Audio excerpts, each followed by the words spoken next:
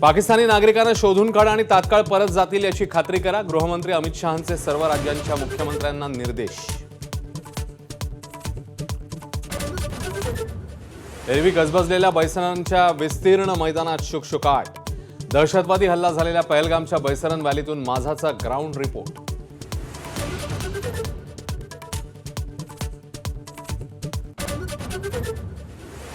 पहलगाम हल्ल्यातील संशयित दहशतवादी आसिफ शेख आणि आदिल गुरीचं घर स्फोटामध्ये उद्ध्वस्त।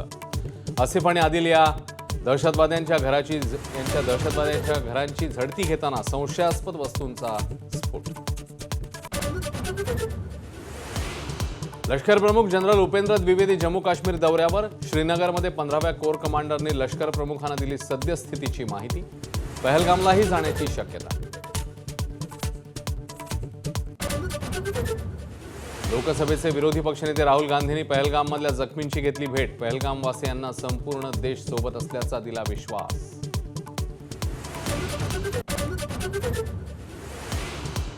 पहलगाममधील दहशतवादी हल्ल्यानंतरच धर्माची चर्चा का सुरू झाली? शरद पवारांचा परखड सवाल। तर सर्व धर्मियांनी एकजुटीने राहण्याचं पवारांचं आवाहन।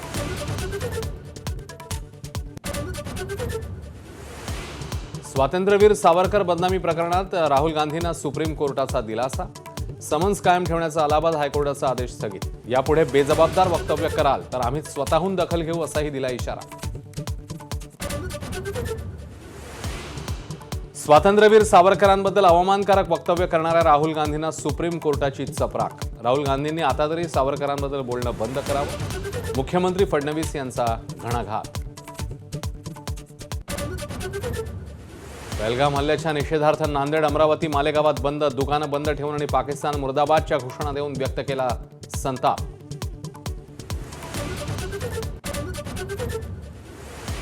सामाजिक कार्यकर्त्या मेधा पाटकरांना अटक, पण काही तासातच सोडून देण्याचे दिल्ली हायकोर्टाचे आदेश। दिल्लीच्या नायब राज्यपालांच्या बदनामी प्रकरणी अटक आणि सुटका।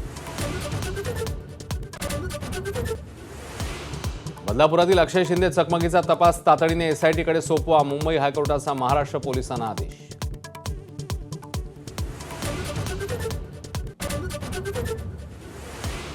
राज्यभरात मराठवाड्यासह विदर्भात अनेक शहरांमध्ये पारा 40शी पार। परभणीत तापमान पुन्हा एकदा 43 अंशांवर।